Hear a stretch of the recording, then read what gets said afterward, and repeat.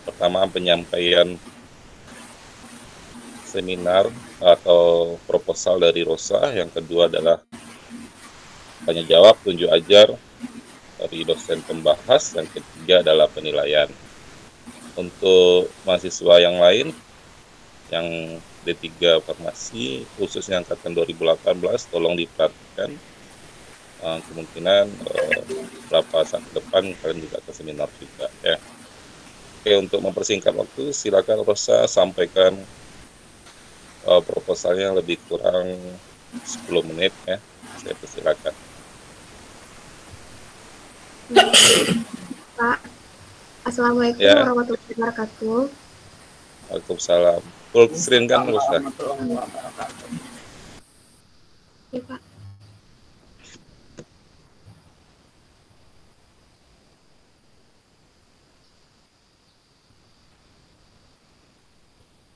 Tunggu sebentar ya, Pak.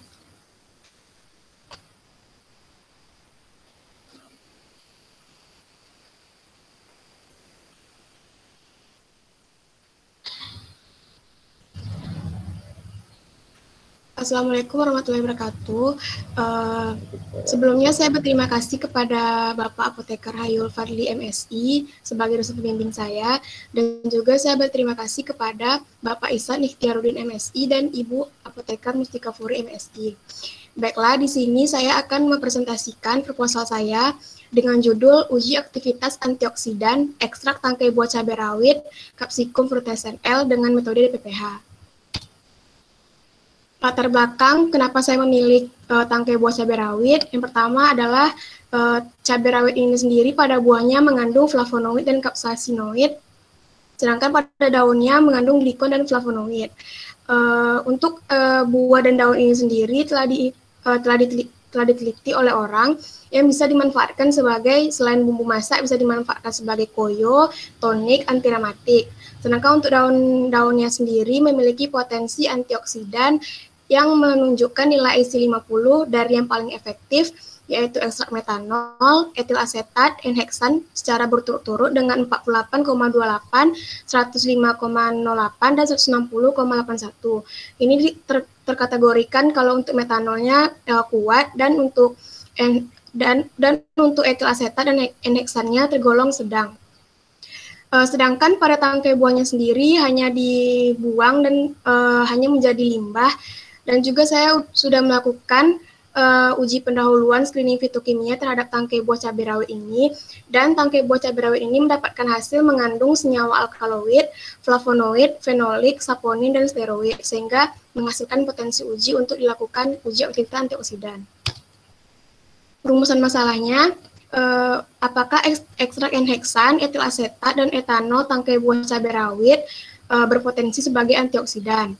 Untuk tujuan penelitiannya, penelitian ini bertujuan untuk mengeksplorasi potensi pemanfaatan ekstrak N-heksan, etil asetat, dan etanol tangkai buah cabai rawit sebagai antioksidan dengan metode DPPH. Untuk manfaat penelitiannya sendiri, yang pertama itu sebagai perkembangan ilmu pengetahuan, khususnya farmasi, tentang kandungan senyawa metabolit sekunder yang terkandung pada tangkai buah cabai rawit. Yang kedua, untuk pemberian informasi tentang aktivitas antioksidan. Untuk ruang lingkup penelitiannya, yang pertama yang pertama adalah pembuatan ekstrak, yang kedua screening fitokimia, dan yang ketiga uji aktivitas antioksidan terhadap ekstraknya. Untuk klasifikasi cabai rawitnya terlampir. Untuk alat dan bahannya terlampir.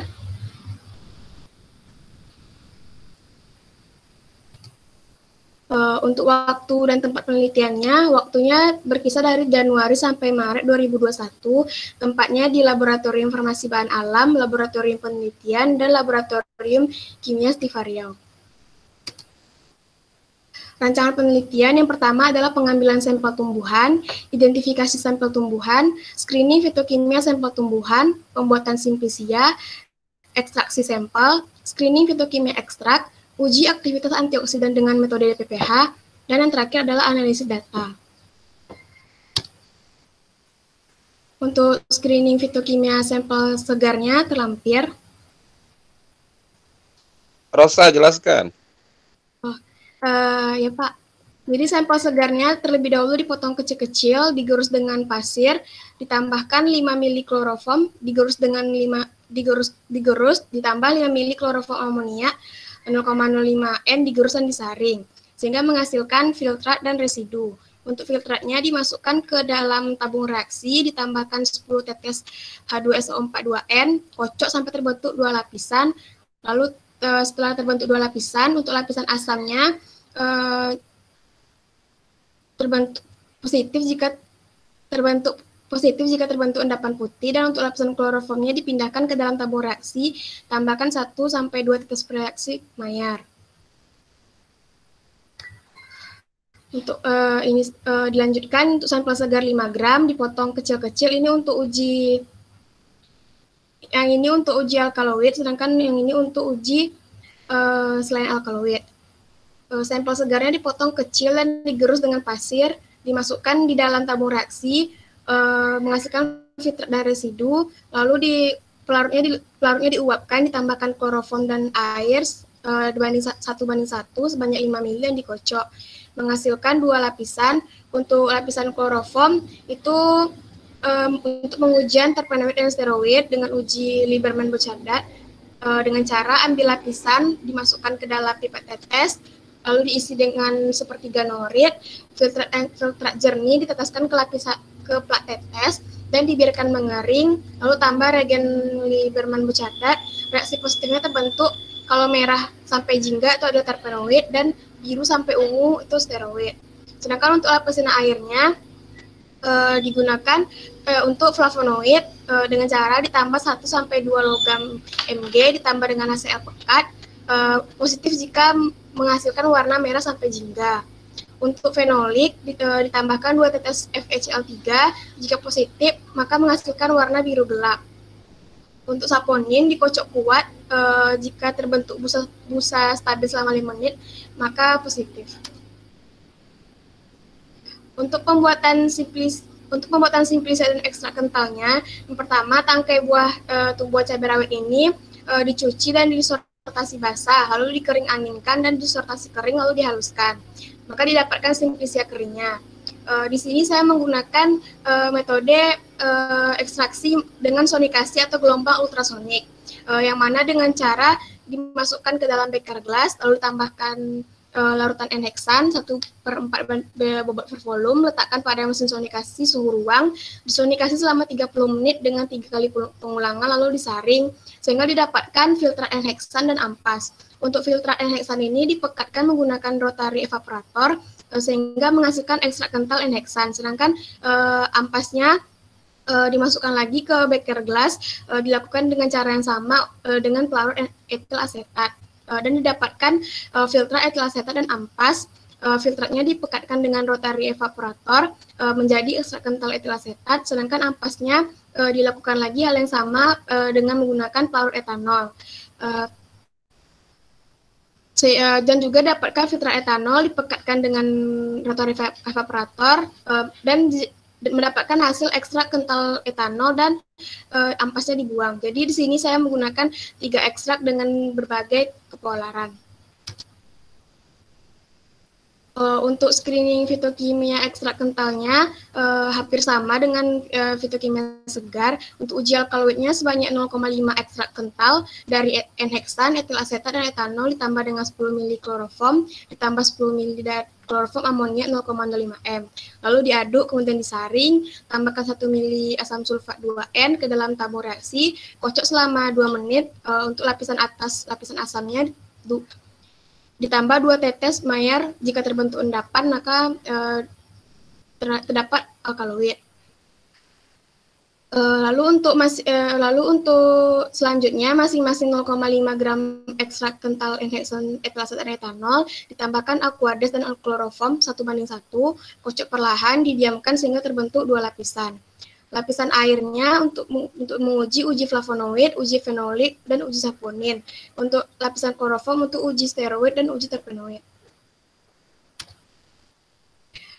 Untuk uji aktivitas antioksidan ekstrak tangkai buah cabai rawit ini dengan metode DPPH, yang pertama caranya 10 mili ekstrak kental N-heksan, etil asetat dan etanol dilarutkan dengan 10 mili metanol sehingga didapatkan konsentrasi 1000 mikrogram per mililiter atau 1000 ppm dipipet sebanyak 10 mikroliter ke dalam baris A. Lalu untuk sebanyak 50 mili metanol dipipet sampai dengan baris H, dipipet sebanyak 50 mikroliter.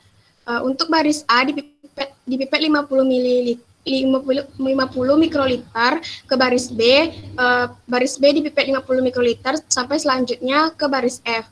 Untuk baris F sendiri itu dipipet 50 mikroliter lalu dibuang. Lalu ditambahkan 80 mikroliter PPH dengan konsentrasi 40 mikrogram per mililiter atau 40 ppm. Didiamkan selama 30 menit, lalu diukur absorbansi larutan sampelnya dan absorbansi larutan DPPH pada panjang gelombang 517 dengan micropet reader. Lalu sehingga didapatkan data absorbansi dan lalu analisis data. Untuk analisis datanya, yang pertama perhitungan absorbansi kontrol dan sampel dengan cara untuk absorbansi kontrol sendiri dengan cara absorbansi larutan DPPH dikurang dengan absorbansi blanko metanol. Sedangkan untuk absorbansi sampel, absorbansi larutan sampel dikurang dengan absorbansi blanko metanol. Lalu selanjutnya dihitung persen inhibisinya dengan cara persen inhibisi absorbansi kontrol dikurang absorbansi sampel per absorbansi kontrol dikali 100%. Lalu ditentukan penentuan nilai IC 50-nya dengan persentase inhibisi dengan persamaan Y sama dengan AX tambah B. Berikut hasil dari screening fitokimia sampel segar saya, di mana di mana sampel ini positif alkaloid, flavonoid, fenolik, saponin, dan steroid, sedangkan negatif terhadap terpenoid. Terima kasih. Terima kasih Rosa. Kita lanjutkan dengan dosen pembahas, baik itu pertanyaan, tunjuk ajar, ataupun masukan, tolong disimak dan didengar baik-baik pertanyaannya, baru dijawab ya. Untuk pertama, seperti biasa, Bu Furi dulu. Silakan Bu Furi.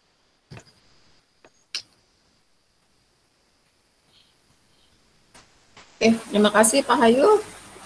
Furi duluan ya? Iya. Sebagai apa prinsip apa? Ladies first. Ladies first. Oke, Rosa atau Roca nih panggilannya nih? Rosa boleh Bu, Roca boleh Bu. Oh, Roca. Rosa, matikan dulu apanya, PowerPoint-nya. Iya Pak. Oke, ya. Roca, selamat ya Rosa ya. Ini berarti the first ya. Iya, Orang pertama nih yang seminar di angkatannya ya. Iya Bu, makasih Bu. Oh iya, selamat ya Rosa ya, sudah sampai ke seminar proposal. Rosa sudah membuat sari proposalnya cukup baik, tetapi ada beberapa perbaikan ya Rosa ya. Yang pertama, perbaikan untuk penulisan dulu Rosa. Masih ada saya jumpai di proposalnya tuh penulisan nama Latin yang tidak dicetak miringnya, khusus untuk cabai rawit ya. Itu ada di daftar gambar ya, itu dari awal sampai akhir tuh nggak ada capsicum putescens-nya, nggak dicetak miring. Ya, itu banyak ya Rosa, nanti dicek ya di halaman 5 Romawi ya. Iya Bu. Oke, kita masuk ke latar belakang Rosa. Kira-kira apa nih latar belakang Rosa mengambil judul ini, uji antioksidan tangkai cabai ya? Iya Bu. Oke, apa tuh latar belakang? Menjawab Bu, karena kalau di masyarakat pada umumnya kan Bu, hanya menggunakan buahnya untuk berbagai keperluan. Sedangkan untuk tangkai buah dari cabai rawit ini sendiri, itu tuh dibuang dan hanya menjadi limbah. Jadi saya baca-baca tentang penelitian cabai rawit kan Bu, itu hanya meneliti tentang buah dan daun dari cabai rawit saja. Dan itu memiliki aktivitas antioksidan. Namun untuk bagian tangkai buahnya sendiri itu belum diteliti. Dan juga saya melakukan uji screening terlebih dahulu terhadap tangkai buah cabai rawit ini, sehingga dan juga didapatkan senyawa metabolit sekunder, alkaloid, flavonoid, fenolik, saponin, dan steroid. Maka dari itulah Bu, saya tertarik untuk mengambil sampel tangkai cabai rawit ini sebagai judul saya. Oke, itu dia. Nah, di sini terlihat ini pas diomongin tuh masih masuk ya latar belakang, tapi di penulisan proposalnya masih belum ya, Roca. Masih ada beberapa tulisan yang harus diperbaiki, Roca. Yang pertama tuh di halaman 1 dulu. Ibu. Oke, di halaman 1 tuh ada pernyataan selain itu cabai rawit juga memiliki kandungan antioksidan dan menangkal radikal bebas. Ini yang di bab paragraf kedua. Itu nggak ada literaturnya. Ya, literaturnya nggak ada. Kemudian berikutnya penulisan untuk tulisan tes oksidatif metanol, yaitu masih tulisan asing, metanol hanya dibuang. Kemudian ada Peruka 2001. Saya nggak tahu, saya nggak ngerti maksudnya, Roca bisa diterangkan. Halaman 2, Peruka 2001 menemukan bahwa fraksi flavonoid dan kapsaisinoid dalam buah segar Capsicum annum L memiliki aktivitas antioksidan berdasarkan nilai persen inhibisi sampel uji dalam beta karoten asam linoleat. Itu maksudnya apa?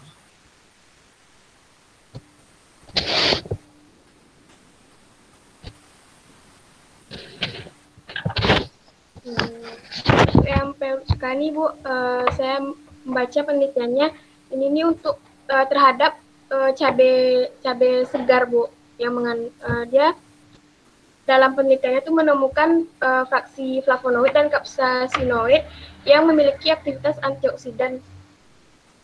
Fraksi flavonoid dan capsaicinoid ini maksudnya apa? Senyawa aktifnya atau fraksinya? Terus ini masih belum lengkap ya. Dia sampai menguji in vitro in vivo nih. Iya, Bu. Iya. Nah, jadi penelitiannya ini in vitro in vivo. Maka dijelaskan lagi hasil Peruka ini apa. Ini hasilnya saya nggak tahu hasilnya. Masih nanggung nih ya, nggak ada hasilnya. Kemudian Peruka lagi 2001 di bagian bawah lagi. Membandingkan aktivitas antioksidan senyawa kapsaisin dan dihidrokapsaisin terhadap fraksi flavonoid ya. Hasilnya apa? Dia membandingkan tapi nggak ada hasil. Ini hanya metode ya, bukan hasil. Jadi yang kita gambarkan itu adalah hasil di latar belakang. Kalau dia membandingkan aktivitas antioksidan dua senyawa, hasilnya yang mana yang besar, yang mana yang bagus ya. Ini nanggung kalimatnya. Dia cuma membandingkan sama yang cabai merah sama cabai hijau ya. Terus selesai. Nggak tahu saya hasilnya apa. Begitu juga yang di atasnya ya. Aktivitas antioksidan diukurkan berdasarkan jumlah MDA di otak tikus. Nah, saya nggak tahu metodenya apa nih. Kok tiba-tiba antioksidannya diukur berdasarkan jumlah MDA di otak tikus. Hasilnya MDA-nya lebih rendah dibandingkan tikus kontrol. Maksudnya apa?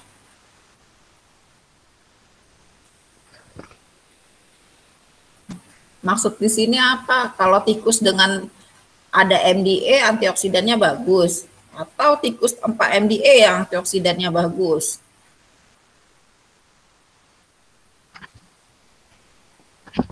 Masih nanggung nih ya, Rosa ya.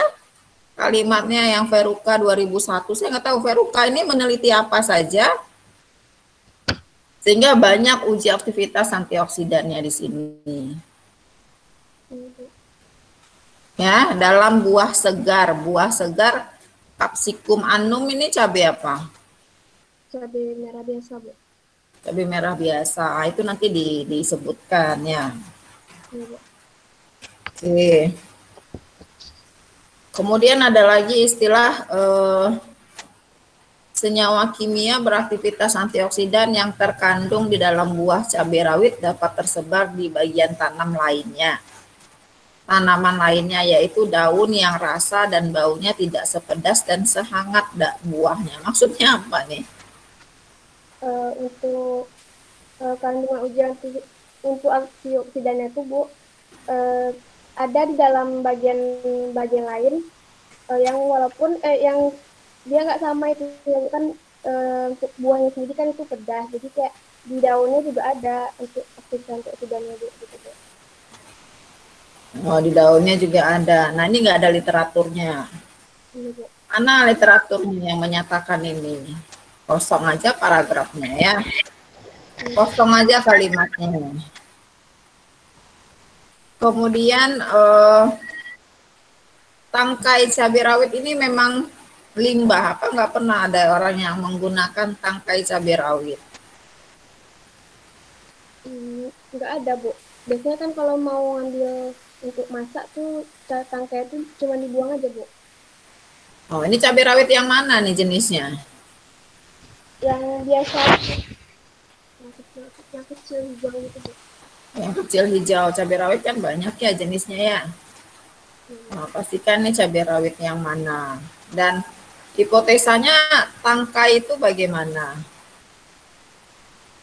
Dari apakah kemungkinan tangkai juga mengandung senyawa metabolit yang sama? Maka itu juga nanti di awal disebutkan juga bahwa tangkai kemungkinan juga mengandung metabolit yang sama dengan buah ya. Yang sama dengan buah. Baru nanti dilakukan uji screening fitokimia di awal kan, uji pendahuluan kan? Iya, Bu. Nah, mungkin kalimat awalnya dikasih tahu dulu ya. Jangan tiba-tiba dia limbah terus kita uji screening fitokimia, enggak, hipotesa awalnya apa. Ya, tambahkan tuh nanti. Terus kenapa pakai uji DPPH? Kalau kenapa memilih uji DPPH, Bu? Karena untuk DPPH ini sendiri itu tuh merupakan metode yang sederhana. Tuh dia hanya memerlukan sedikit sampel dengan waktu yang singkat dan tidak membutuhkan banyak reagen, Bu. Siapa bilang itu? Sederhana itu artinya apa? Siapa bilang dia sederhana? Itu baca dari apa, Bu?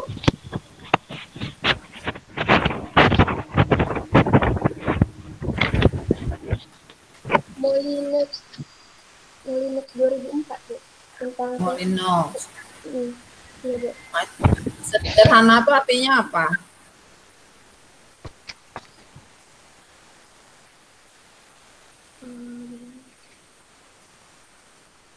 Apa arti sederhana? Metode ini sederhana.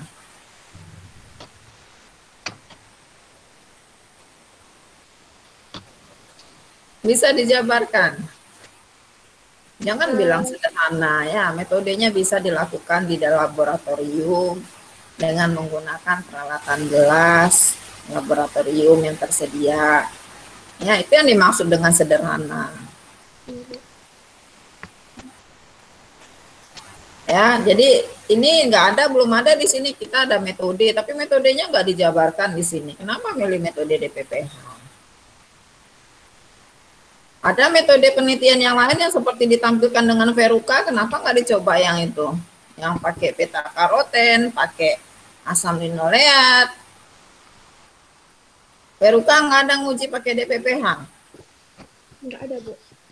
Nggak ada. Yang lain nggak ada nguji pakai DPPH? Untuk yang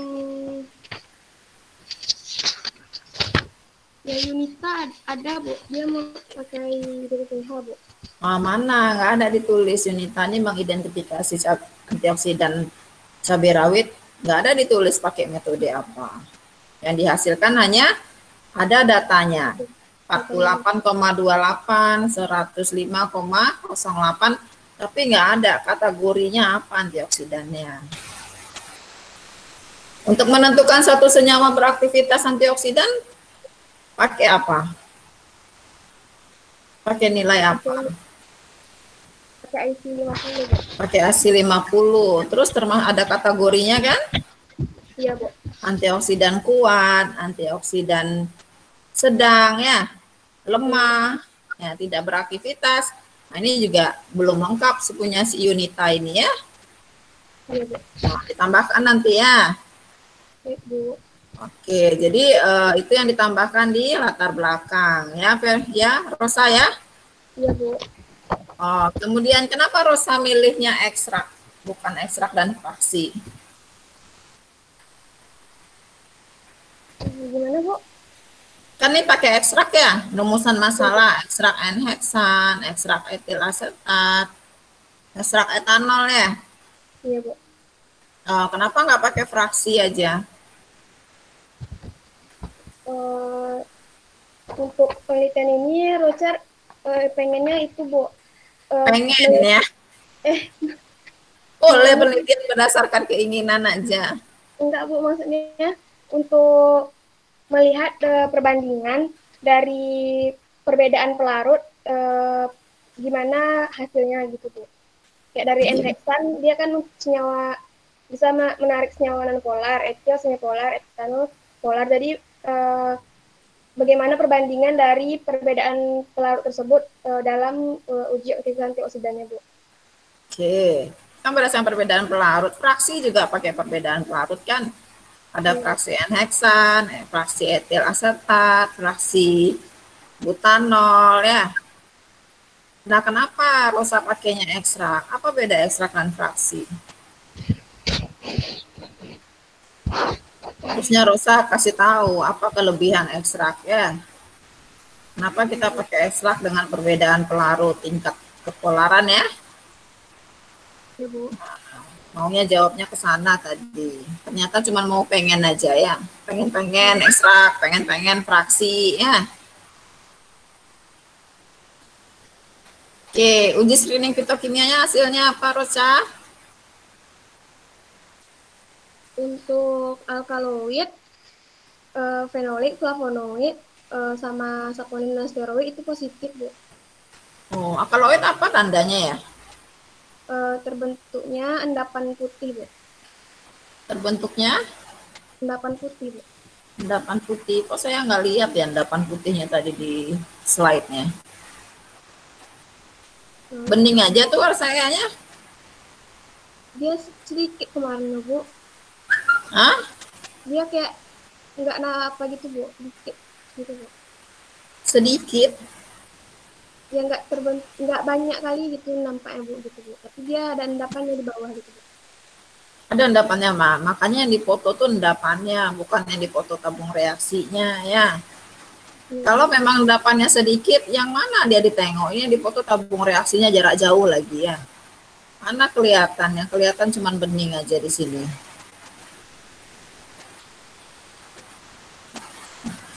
Berarti nanti diperbaiki fotonya ya, Roca ya. Dicek ulang lagi ya. Iya, Bu. Oke. Nah, untuk prosedur antioksidan. Antioksidan itu apa sih, Roca? Gimana, Bu? Pengertian antioksidan.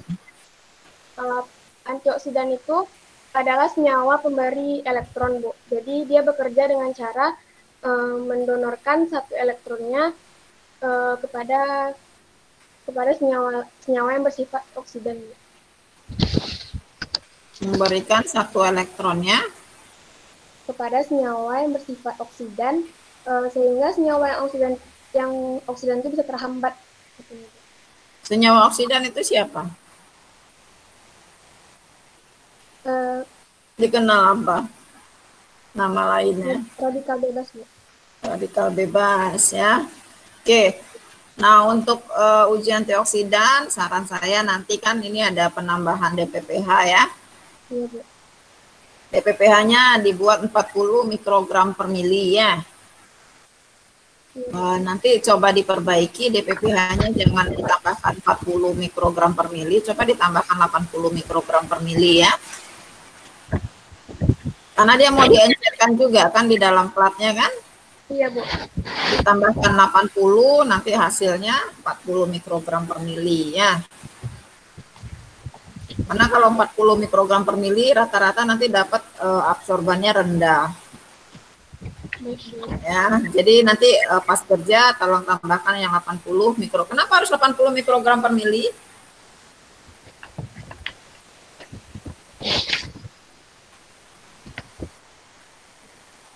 Karena untuk uji aktivitas antioksidan tuh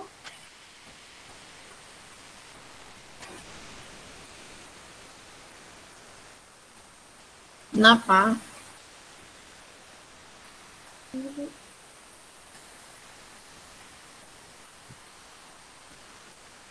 Bisa dijawab.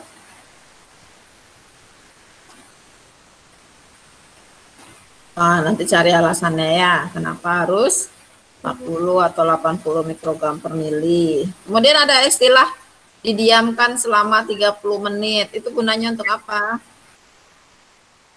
Didiamkan selama 30 menit itu tujuannya agar senyawa-senyawa yang ada dalam ekstrak dan DPPH itu bereaksi secara sempurna, Bu.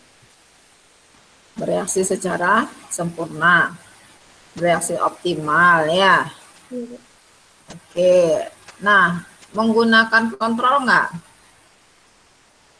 Menggunakan vitamin C, Bu. Kenapa harus menggunakan kontrol untuk uji aktivitas antioksidan? Karena untuk membandingkan sampel yang untuk membandingkan hasil dari ekstrak yang kita dapat, Bu. Karena kan untuk vitamin C ini termasuk antioksidan yang paling tinggi gitu, Bu. Yang paling kuat ya. Dan dia senyawa murni kan? Iya, Bu. Oke. Berikutnya prinsip pengujian antioksidannya seperti apa, Rocha?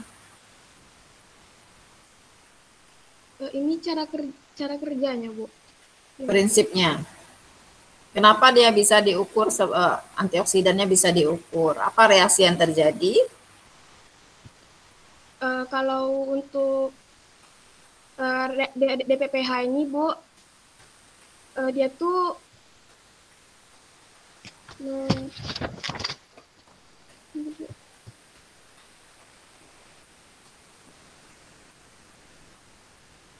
kalau untuk reaksi cara uji dengan DPPH ini, kita kan nanti kan DPPH-nya sebagai radikalnya, Bu. Untuk radikalnya ini dia akan menarik satu atom hidrogen dari antioksidan kita atau ekstrak yang kita duga memiliki uji antioksidan, sehingga ini ditandai dengan perubahan warna dari DPPH-nya menjadi dari ungu menjadi warna kuning. Dari ungu menjadi warna kuning. DPPH yang menarik elektron dari senyawa antioksidan.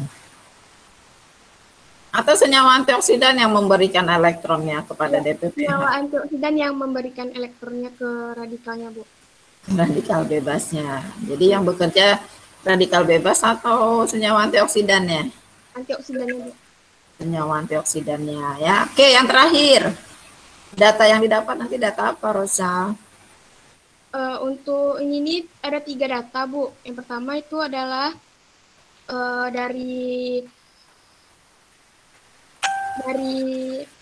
perhitungan absorbansi kontrol dan sampelnya. Lalu yang kedua itu perhitungan personal inhibisinya dan absorbansi.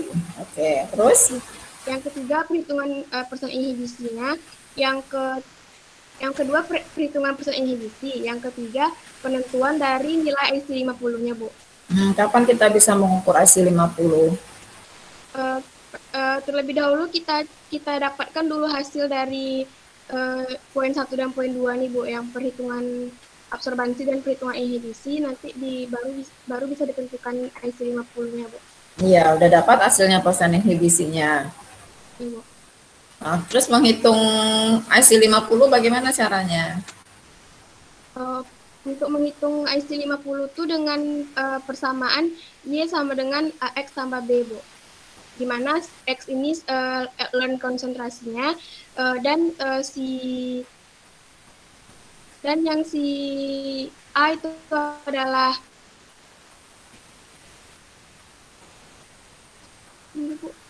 Oke lah. Nah, saya mau tanya, IC50 kapan bisa dihitung? apa, Bu? Kapan bisa menghitung nilai IC50? Bisa menghitung. Ya. Kalau ternyata di 1000 ppm, ternyata baru persen inhibisinya 40%. Bisa dihitung IC50-nya? Enggak, Bu. Dia kalau pengertian dari nilai IC ini sendiri, konsentrasi sampel uji yang memberikan peredaman DPPH sebesar 50%, Bu. Nah, jadi kapan dia bisa dihitung? Berarti jadi dia di atas dari sama atau di atas dari 50%, Bu. Jika persen inhibisinya diperoleh 50%, baru bisa menghitung IC50 ya. Iya, Bu. Kalau ternyata belum ada 50%, maka IC50-nya nggak bisa dihitung. Kalau ternyata konsentrasi terakhir berapa? 31 ya? Iya, Bu. 31,25. Ternyata konsentrasi persen inhibisinya sudah 90%. Bagaimana caranya? Itu kalau semakin tinggi konsentrasi, semakin tinggi persen inhibisinya kan? Iya, Bu. Nah, ternyata di konsentrasi terendah, persen inhibisinya sudah 80% atau sudah 60%. Bagaimana caranya? Berarti dikurangin kadar itu konsentrasi dari sampelnya, Bu. Nah, konsentrasi sampelnya harus diubah lagi, dikecilkan lagi ya. Iya, Bu. Oh, paham tuh ya? Jadi nanti jangan sudah kerja, ternyata datanya salah ya. Iya, Bu. Jadi pada saat kerja pastikan nilai absorbansinya itu DPPH dan sampel setengah dari jumlah absorbansi dari sampel DPPH, setengah dari jumlah nilai absorbansi dari si DPPH saja. Ya, dengan begitu kamu udah bisa tahu kapan itu 50%, kapan dia tidak memenuhi 50%. Jadi kerjanya nggak ngulang-ngulang berkali-kali. Iya, Bu. Ya, itu saja Pak Ayul, terima kasih. Terima kasih Bu Puri. Oke, Rosa mau minum dulu atau kita lanjutkan sama Pak Ihsan? Lanjut, Pak. Oke, lanjut ya. Silakan Pak Ihsan.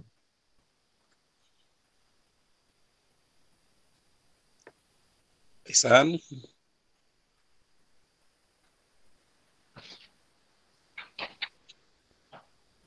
Oke, Assalamualaikum warahmatullahi wabarakatuh. Waalaikumsalam. Warahmatullahi wabarakatuh. Terima kasih Pak.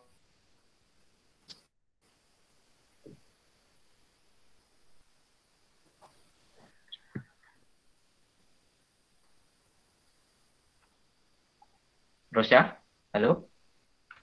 Iya, Pak. Suara saya dengar ya? Putus-putus, Pak. Putus-putus, bentar ya. Yang tadi, Pak. Saya keluar aja dulu sebentar ya. Baik, Pak.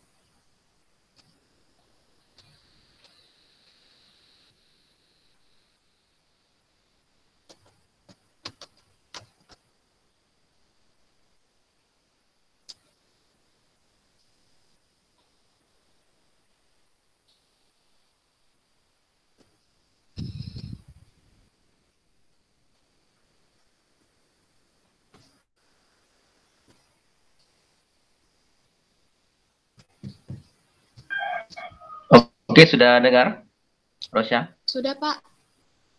Oke. Selamat ya, udah jadi yang pertama untuk seminar proposal di angkatan kamu. Ya, Pak. Makasih, Pak. Ini bisa dijadikan penyemangat untuk menyelesaikan penelitiannya dengan cepat juga nantinya. Ya, Pak. Oke, Rosya, tadi sudah ada beberapa saran ataupun tambahan dari Bu Puri. Saya lanjutkan sedikit. Yang pertama nih masih mengenai tulisan ya. Untuk penulisan ada beberapa yang mungkin perlu saya cek kembali. Misalnya penulisan N heksana ya. N-nya ada yang dimiringkan, ada yang tidak dimiringkan, tapi lebih banyak yang belum dimiringkan sepertinya. Nanti dicek ya. N-nya dimiringkan atau tidak N heksana itu? Iya, Pak. Dimiringkan, Pak. Kemudian ini penulisan preaksi Meyer ya. Ada kamu buat Meyer pakai E, Meyer, ada Mayer ya. Iya, Pak. Nah, itu juga perlu diseragamkan ya. Penulisan hidrogen.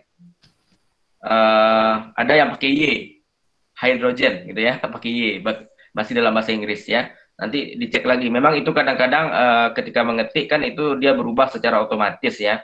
Tetapi tetap perlu diperbaiki setelah mengetik ya.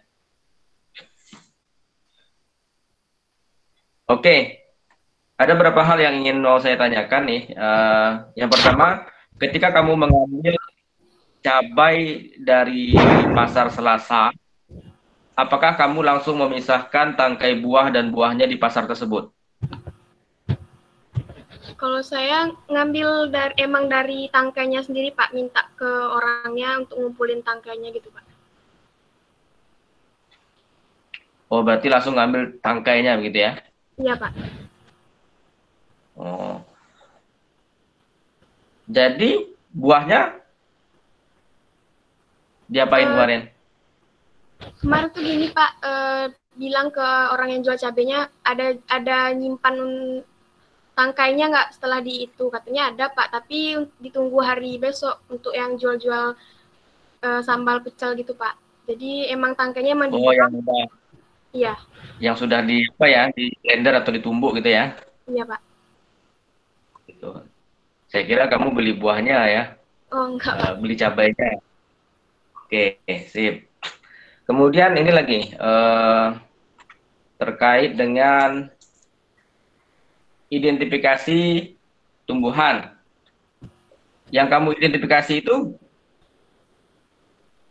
tangkainya atau tanamannya? Itu sedikit terkendala, Pak, karena untuk dari labnya sendiri itu masih tutup yang di Unri, Pak. Jadi kemarin saya rencana emang mau bawa satu tanaman gitu, Pak. Kamu kan ngambilnya dari Selasa tuh, dari pasar Selasa. Tanamannya dapat dari mana? Tanamannya ada nanam di rumah, Pak. Orang tuh jual tanamannya di pasar Selasa tuh. Gimana, Pak?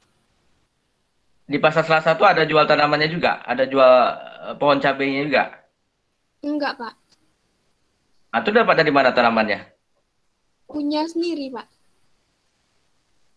Sampelnya dari pasar, tanamannya punya sendiri. Bawa tangkai sama cabenya aja, nggak masalah. Oh iya, Pak. Apa pula tanaman sendiri? Untung belum identifikasi ya. Maaf, Pak. Jadi di mana kamu mengambilnya ya tanamannya harus di situ. Nggak boleh tanaman lain ya. Iya, Pak. Karena kamu kan bukan ahli botani kan. Nah, jadi apa yang dibawa nanti pas identifikasi? Tangkai sama buahnya, Pak. Ya, mana tahu pas panen orang tuh juga ada terbawa daunnya atau apa namanya ranting tempat daunnya itu kan lebih baik juga itu bisa dibawa sekalian ya. Mana tahu kan pas panen kadang itu terbawa gitu ya. Nah itu. Oke lah. Jadi identifikasi belum dilakukan ya? Belum, Pak. Belum. Oke. Kapan mau dilakukan tuh?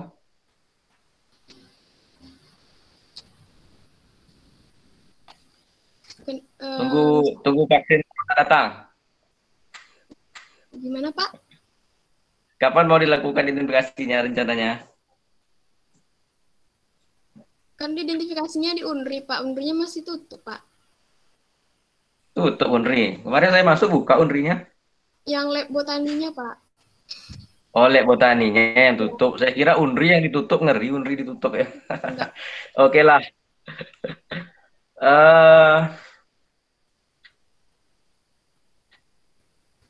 Jadi nanti mungkin bahasa yang di halaman 21 itu ya coba dipertimbangkan lagi apakah tepat tidak seperti ini, tulisannya kan seperti ini. Identifikasi tangkai buah cabai rawit dilakukan di lab botani begitu ya.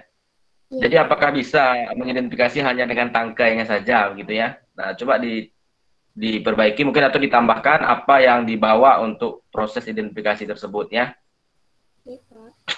Nah, jadi berdasarkan literatur, kandungan senyawa apa saja yang terkandung di dalam tangkai cabai rawit ini sehingga akhirnya kamu tertarik untuk menentukan atau ingin tahu potensi antioksidan dari sampel yang kamu teliti ini.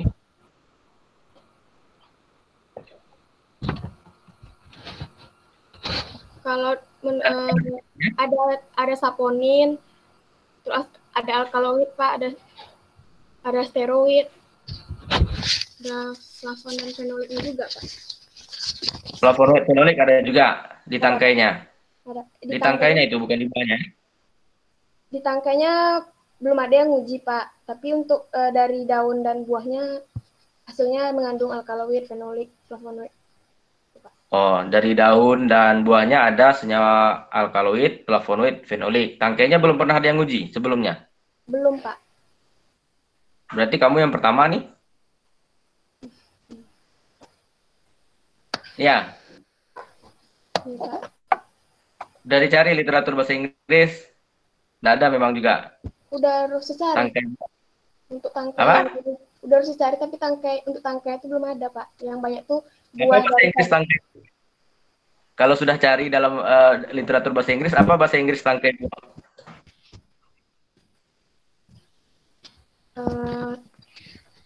Untuk tangkai itu bahasa Inggrisnya atau stem, Pak. Apa-apa? Stalk atau stem. Tangkai itu kan banyak ya, ada tangkai buah, ada tangkai daun. Itu beda bahasa Inggrisnya kan? Sama dengan kulit, ada kulit batang, kulit buah. Kalau kulit batang misalkan bark ya bahasa Inggrisnya, tapi kulit buah beda lagi. Ah, udah ditelusuri sampai seperti itu. Belum, Pak. Ah, kalau belum nanti coba dicek lagi, mana tahu ada kan gitu ya. Karena berbeda ya, tangkai itu sama dengan kulit itu bahasa Inggrisnya kan beda-beda ya. Nah, kemudian kalau kulit buah bahasa Inggrisnya peel ya, kalau kulit batang bark, nanti coba dicek ya. Nah, kemudian untuk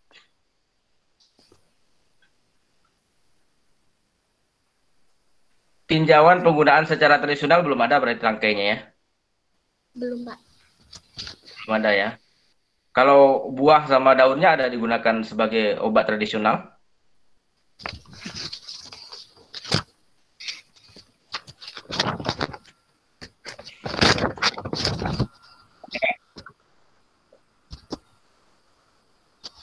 Nggak ada?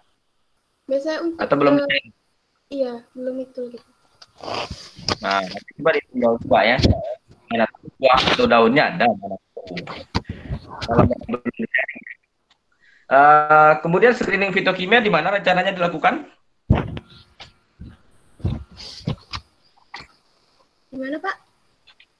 Screening fitokimia di mana rencananya mau dilakukan? Rosca sebelumnya udah screening, Pak, di lab penelitian. Oh, sudah dilakukan di lab penelitian. Hasilnya bagaimana? Senyawa Hasilnya metabolit berapa yang ada? positif alkaloid, fenolik, flavonoid, saponin, sama steroid, Pak. Oh, semuanya ya? Kecuali terpen, Pak. Oh, kecuali terpen. Oke. Nah, kamu kan ketika melakukan screening sampel segar, tadi saya dengar ditambahkan dengan pasir ya? Iya, Pak. Apa gunanya ditambahkan dengan pasir itu? Supaya senyawa yang dari sampel itu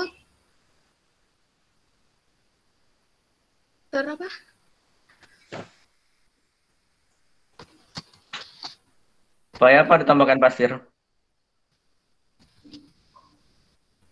Biar dia tuh memecahkan sel dari sampel kita, Pak. Biar pasirnya memecahkan sel gitu. Ya, dan hasil yang untuk metabolit sekundernya tuh bisa keluar gitu Pak, hasil yang kita inginkan gitu. Apakah semua prosedur uji atau screening fitokimia perlu ditambahkan pasir untuk sampel segar tadi?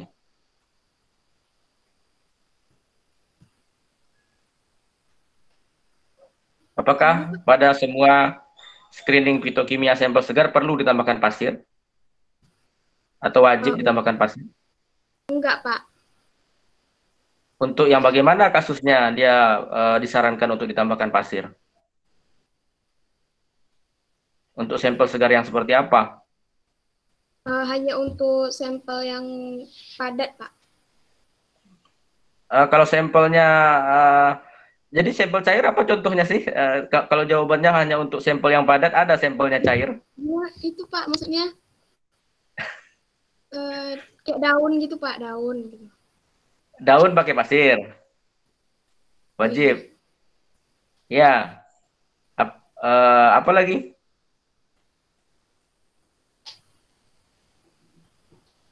Apanya Pak? Wajib pakai pasir tuh ya?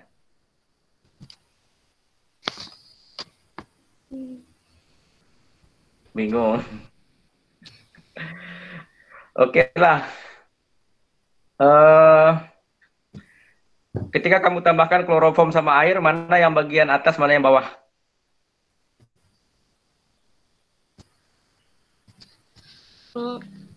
Ada dalam pengujiannya ditambahkan kloroform dan air? Tahapan untuk screening itu? Ada? Ada apa enggak? Ada Pak. Ada Pak. Nah, mana yang bagian atas? Mana yang bagian bawah? Lapisan apa yang di atas? Untuk lapisan atas.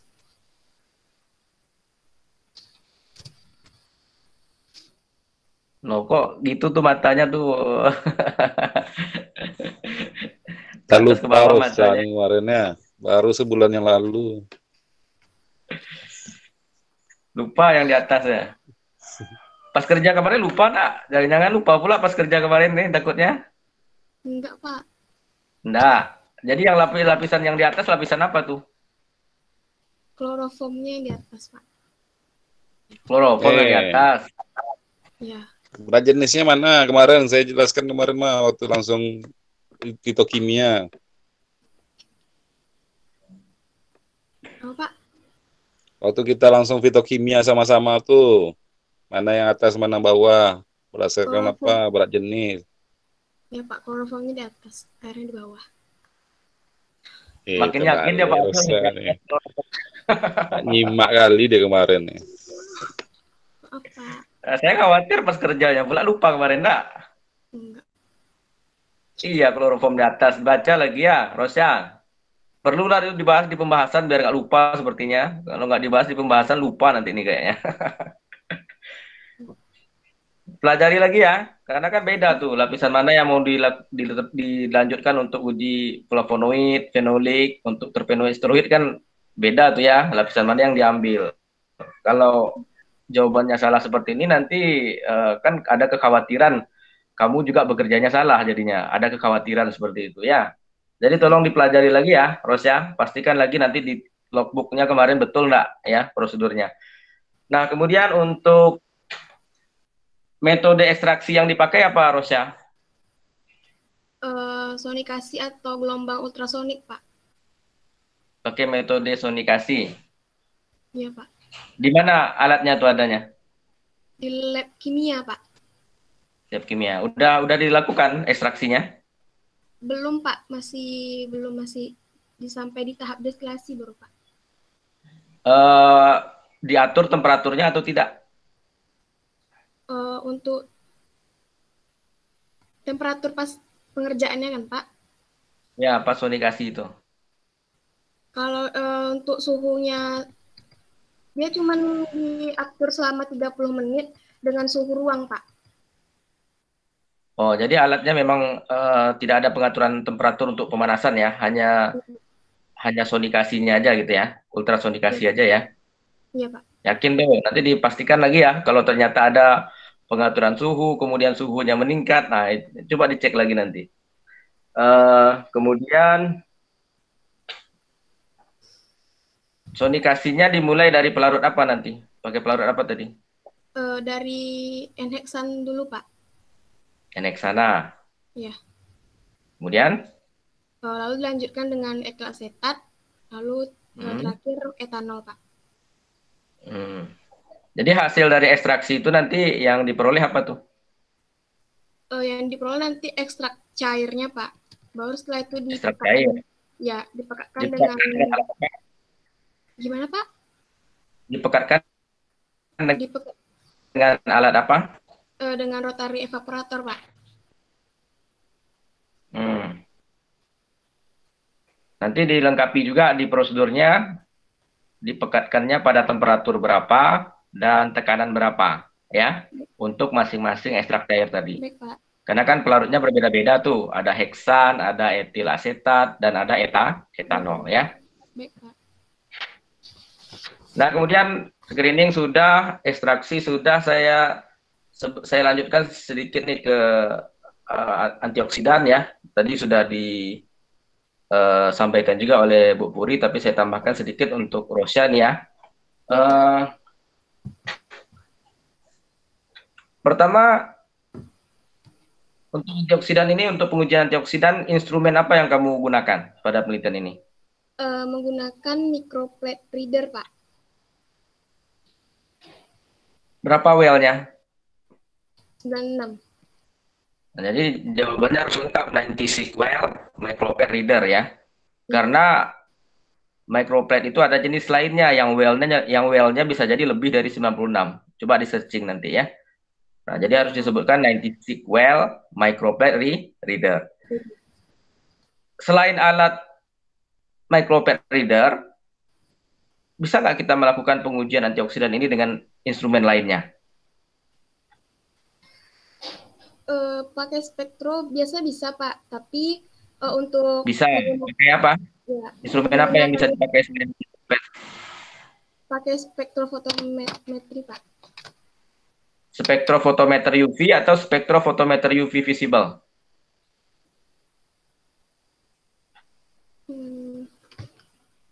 Yang visible Pak. Kenapa? Karena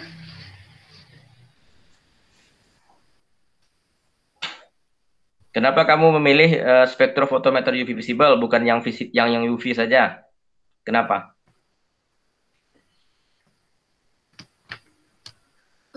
kalau untuk DPPH ini Pak, dia menggunakan gelombangnya itu 517. Jadi kalau untuk UV vis bisanya Pak. Karena dia menggunakan gelombangnya itu 517. Apa tuh 517 itu? Angka apa itu? 517 itu angka itunya Pak. Angka itunya Pak. Angka apa? Maksudnya angka panjang gelombang maksimumnya. Panjang gelombang maksimum siapa? Si DPPH dan di DPPH-nya Pak. Oh, larutan DPPH. Maka kita harus mengukurnya di rentang daerah apa tuh? Yang 517 tuh masuk rentang daerah apa dia? Rentang sinar apa? Sinar UV atau visible? Visible Pak. Visible. Larutan DPPH tuh berwarna? Dia nanti kalau dilarutkan jadinya warna ungu pekat gitu Pak. Warna ungu pekat ya? Iya. Oke.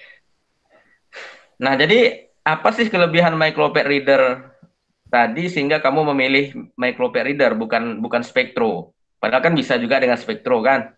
Apa Ya, kelebihannya? Kalau untuk microplate reader ini Pak merupakan instrumen yang bisa untuk mendeteksi banyak sampel Pak dalam waktu yang bersamaan. Dan juga cepat dan membutuhkan sampel yang sedikit. Kalau untuk spektro kan cuma untuk sekali itu aja Pak, kayak di kuvetnya gitu. Kalau ini kan bisa dalam waktu bersamaan untuk banyak sampel gitu Pak. Oh gitu. Ya, Pak. Oke. Eh, data apa yang diukur oleh alat? Nanti data yang diukur tuh itu dari absorbansi sampel dan blankonya Pak. Data yang diukur oleh alat itu adalah absorbansi sampel. Kemudian absorbansi apa lagi? Blanko Pak. Apa blankonya? Blankonya metanol Pak. Metanol. Apa lagi? Absorbansi sampel, absorbansi blanko, absorbansi apa lagi? Larutan DPPH-nya Pak. Larutan DPPH-nya. Iya. Yang dimaksud dengan absorbansi sampel di sini sebenarnya absorbansi apa ya? Sampelnya ini kan kalau sampelnya ini yang kita uji sebagai aktivitas antioksidannya Pak. Kalau saya di sini kan cabai rawit, berarti ekstrak dari sampelnya ekstrak tangkai buah cabai rawitnya. Berarti absorbansi sampel ini maksudnya absorbansi si ekstrak. Iya Pak. Yakin?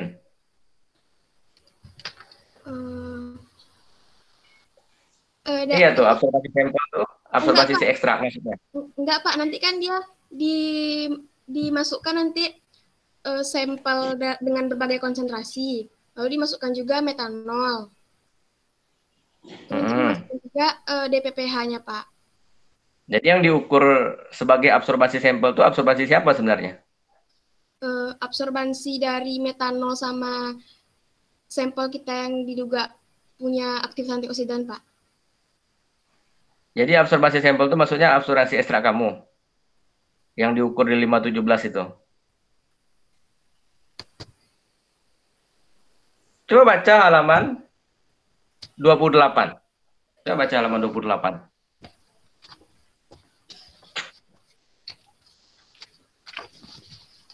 Nah, ini harus ngerti juga konsepnya. Apa sih yang kita ingin ukur sebenarnya?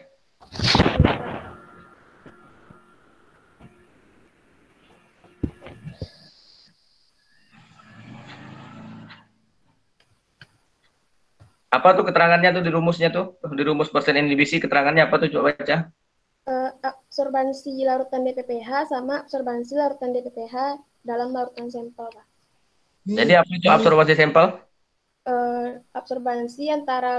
Absorbansi larutan DPPH di dalam larutan sampel. Nah, jadi yang diukur tuh absorbansi ekstraknya atau absorbansi DPPH-nya? DPPH-nya, Pak. Nah, absorbansi DPPH ya. Ketika ditambahkan larutan sampel tadi ya. Jadi yang diukur itu, makanya diukurnya di 517 kan? Iya, Pak. Nah, harapannya ketika ditambahkan sampel, bagaimana nanti absorbansi sampelnya dibandingkan dengan absorbansi kontrol? Lebih kecil atau lebih besar harapannya absorbansi sampelnya? Kalau dibandingkan dengan absorbansi kontrol? Kalau lebih kecil absorbansi sampelnya, Pak. Nah, kenapa bisa begitu? Karena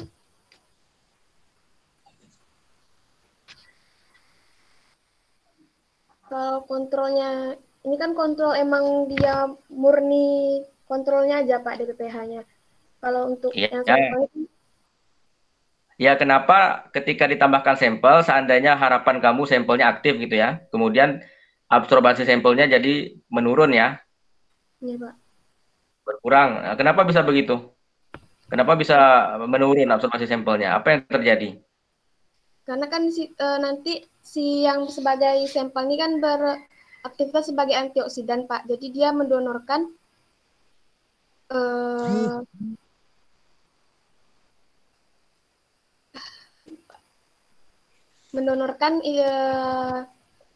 darahnya.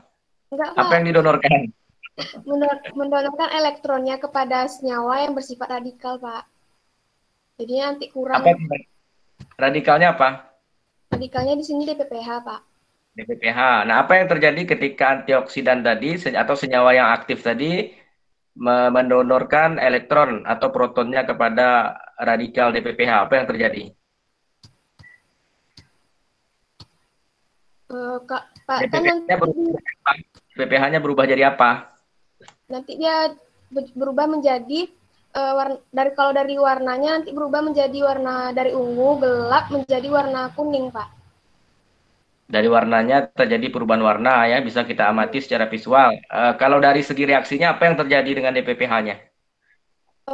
DPPH ini kan itu Pak apa dengan namanya 1,1 difenil 2 pitrihidrazil. Nanti dia mengambil berdasarkan atom H dari si antioksidan maka menjadi 1,1 difenil 2 pitrihidrazin, Pak. Hidrazin. Jadi berubah senyawa DPPH-nya ya? Ya. Terbagi, Pak. Nah, makanya terjadi perubahan warna. Karena terjadi perubahan itu, maka konsentrasi DPPH-nya akan meningkat atau berkurang? Berkurang, Pak. Karena konsentrasinya berkurang, maka absorbansinya akan tinggi. Karena absorbansinya berkurang, absorbansi DPH-nya berkurang, maka nanti karena konsentrasinya berkurang, maka absorbansinya akan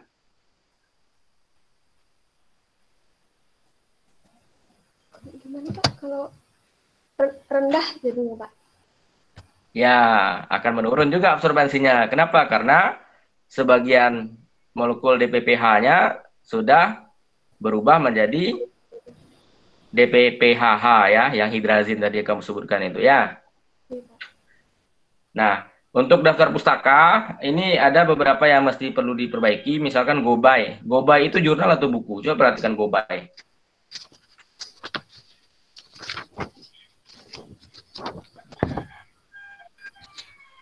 Gobay ini jurnal atau buku Gobay? Skripsi yang saya lihat, Pak. Skripsi? Iya, Pak. Kalau skripsi kan enggak kayak gitu, enggak formatnya. Kalau Surakarta _2 universitas itu seolah-olah dia buku jadinya ya, bukan skripsi. Kemudian nama Latin ya, penulisan nama Latin pada judul-judul buku atau judul jurnal itu juga perlu diperhatikan ya. Bahkan harus dimiringkan berarti nama Latin.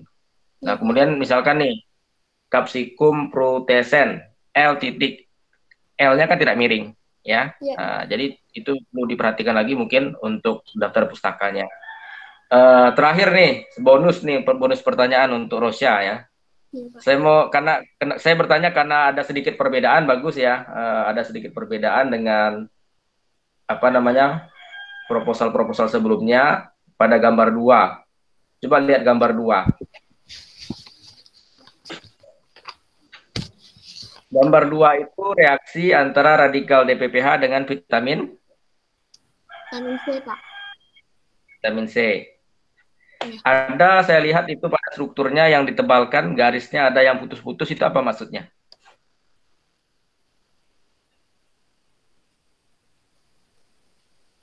Yang mana ya, Pak? Gambar 2, kan ada yang tebal tuh garisnya, ada yang putus-putus. Apa maksudnya? Apa maksudnya tebal dan putus-putus?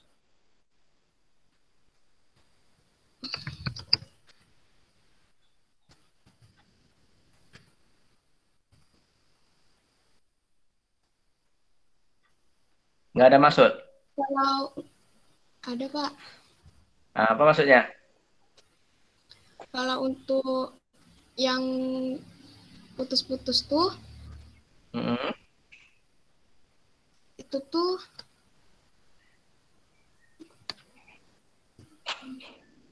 nah, tapi Rosa yang nulis nih. Kok nggak tahu kenapa ditulis tebal, putus-putus? Yalah, nanti dipahami ya apa maksudnya tebal, putus-putus.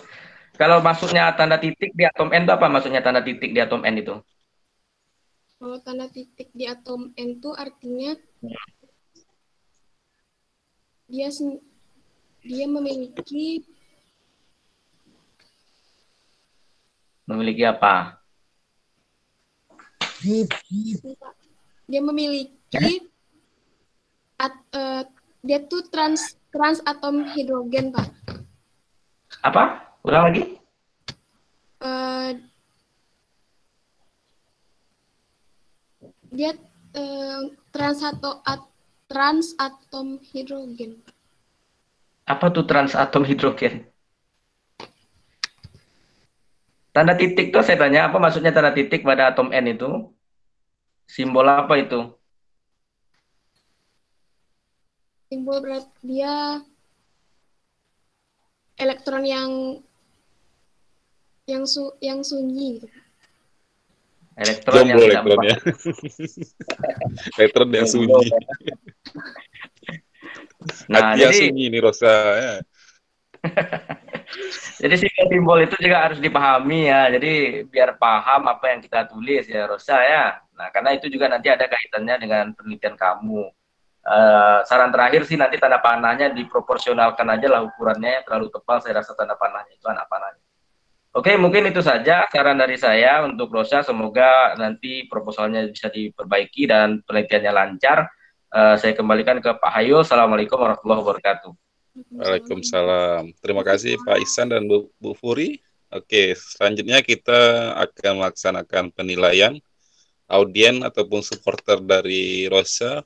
Ini kayak Yoga, Isal, silakan keluar ya, dan yang lain-lain. Rosa, silakan keluar, lebih kurang 3 menit, nanti masuk lagi ya. Baik, Pak. Oke.